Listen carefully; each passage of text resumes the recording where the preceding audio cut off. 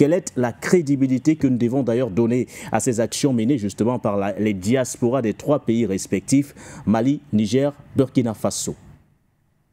Merci, très cher Baudelaire. Vous savez, c'est à voir de près, à voir tout de suite, hein, j'allais dire, ces manifestants, selon nos informations à Paris et nos amis à Paris, ce sont des gens, en majorité, soit il y a des opposants, mais qui, en majorité, à qui il a été promis, en tout cas, la résidence permanente en France. Donc, voici un peu des gens qui oublient l'essentiel de leur nation et donc qui souffrent ou bien qui acceptent de souffrir volontairement de ce qu'on appellerait le syndrome de Stockholm. Voici quelqu'un qu'on dit, il y a une organisation, voici des gens leur disent, une organisation à la matière, la CEDEAO, n'arrange pas ces 3 pays. La CEDEAO qui a affamé ces 3 pays avec des embargos, la CEDEAO qui a provoqué la mort de centaines en tout cas, de personnes hospitalisées parce qu'il y avait embargo sur les médicaments qui devaient arriver dans ces pays.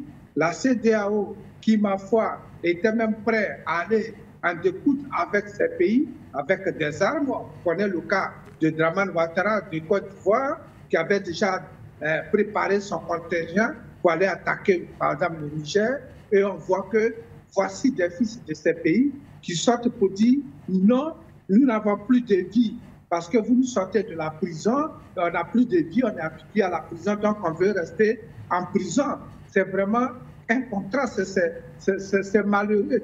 Il n'y a pas de crédit à donner, en tout cas, à cette manifestation. Nous visitons très souvent la France, nous allons souvent à Paris, et lorsqu'on parle de la communauté ou bien de la diaspora africaine, je vous assure que le Mali a l'une des plus grandes diasporas en France et à Paris. Mais vous avez vu vous-même les images avec ces quelques dizaines, comme vous l'avez dit dans votre introduction, des manifestants. Vous comprenez que la manipulation est toujours à l'ordre du jour. La France et quelques Maliens et bien quelques membres ressortissants de ces 3 pays qui souffrent de publicité, qui souffrent d'ego, de manque d'ego, vont profiter de la situation pour venir parler et pour se faire des vues, pour se faire entendre. Voici des partis qui réellement, depuis, ne font même pas de réunions, bien de conférences, bien de manifestations. Alors, des pays qui viennent vous libérer, des dirigeants qui viennent vous libérer, vous voulez leur mettre des bâtons dans les roues. Vous parlez de liberté d'expression. Mais avec tous ceux qui étaient, par exemple, au pouvoir, avec Bazoum, par exemple, au Niger, et les autres qui étaient au pouvoir, est-ce qu'ils pouvaient vraiment parler de liberté d'expression? On a vu des journalistes qui ont été mis en prison. Lorsqu'on prend le Burkina Faso, on sait aujourd'hui pourquoi le frère de Blaise Compaoré est poursuivi avec la mort de ce grand journaliste. Est-ce qu'on pouvait parler de liberté d'expression?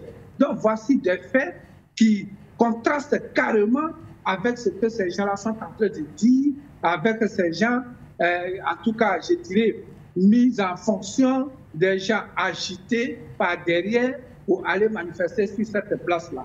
Vous voyez que c'est vraiment insignifiant parce qu'on a vu d'autres manifestations des Africains, autant par exemple des Ivoiriens, mais avec les Camerounais qui manifestaient sur cette même place pour la cause du président Laurent Gbagbo. Ces gens-là, vous voyez que ce n'est pas du sérieux, c'est simplement des gens.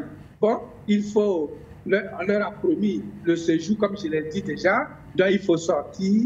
Rien n'est organisé de façon vraiment sérieuse. C'est comme si ce sont des passants qui viennent regarder quelque chose et puis qui vont passer après. Voilà la réalité. Et donc, pour nous, cette manifestation, il n'y a pas de crédit. En tout cas, la machine de la liberté, l'AES a lancé cette machine et nous croyons que cette machine, elle va aller jusqu'au bout. Alors vous parlez, entre autres, Sylvain de Bougou, d'une manipulation toujours à l'œuvre.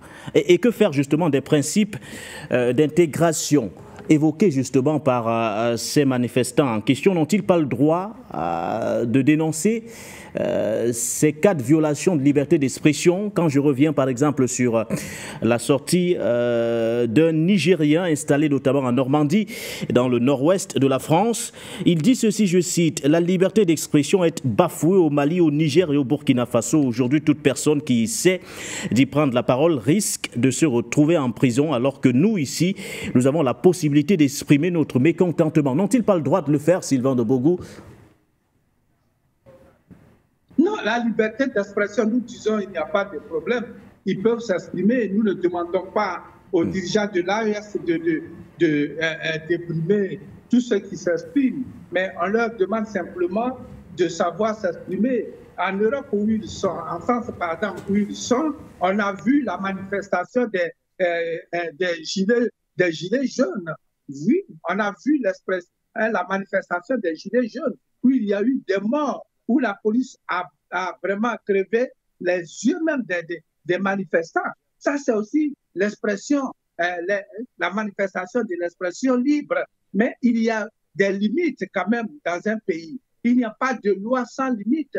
Et donc, aujourd'hui, on voit que l'AES veut se construire. L'AES est devenu l'espoir de tout un continent, l'Afrique, qui est en train de se mettre en place. L'AES est attaquée de partout. Et donc, lorsque des gens sortent du rang de façon à piéger ou bien à miner quand même la politique essentielle que ces messieurs sont en train de mener, il faut leur dire assez, c'est assez. On ne peut pas quand même, au nom de la liberté d'expression, aller dire des choses. On a vu en Angleterre, par exemple, lorsque un ancien militaire anglais qui allait en Afghanistan a voulu publier un livre blanc, mais lorsqu'il s'est caché en France, la France l'a intradié, l'Angleterre allait le récupérer et il est aujourd'hui, plus de 10 ans, il ne peut pas parler. On ne sait même plus s'il existe. Voici des réalités. Il y a des places publiques sur lesquelles nous allons manifester, mais lorsque nous y allons ici, il y a des mots, de simples mots que nous ne pouvons pas dire.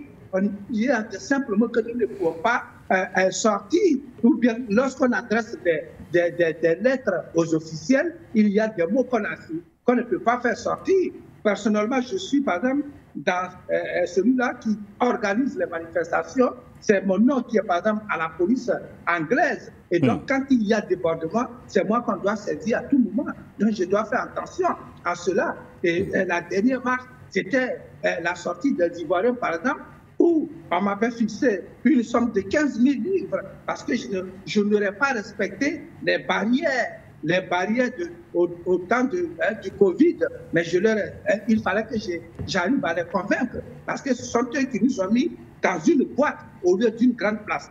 Donc voici des choses où il y a la liberté, mais cette liberté a des limites. Il ne faut pas venir en France parce qu'on attaque de la France, on attaque son propre pays, donc on parle de liberté d'expression. Non, mais ce qu'ils sont en train de faire, s'ils sortent demain pour dire à la France, laissez les Africains immigrer dans votre pays, vous allez voir qu'on va les disperser. Ça, je vous le promets. S'ils parlent d'immigration aujourd'hui pour dire laissez les Africains, parce que vous les avez utilisés lors de votre guerre mondiale, donc laissez-les venir.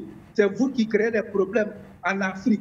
Vous exploitez l'or, le diamant, tout, partout en Afrique, l'uranium. Donc, laissez les Africains venir. Je vous assure, très cher Baudelaire, les heures qui suivent, la majorité de ces gens seront rapatriés dans leurs pays respectifs.